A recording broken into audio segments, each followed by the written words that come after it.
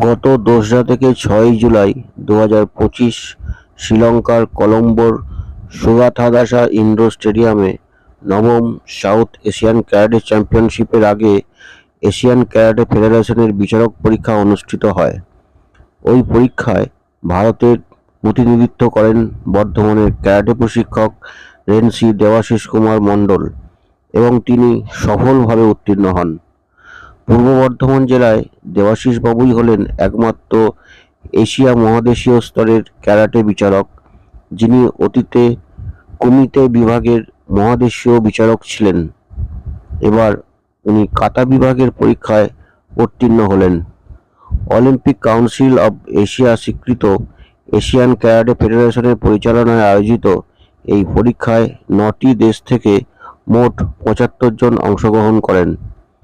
প্রতিভা শুধু ব্যক্তিগত গৌরব নয়, তা তরুণ প্রজন্মের জন্য অনুপ্রেরণা। দেবাশিসবাবু বর্তমানে প্রখ্যাত মার্শাল আর্টিস্ট।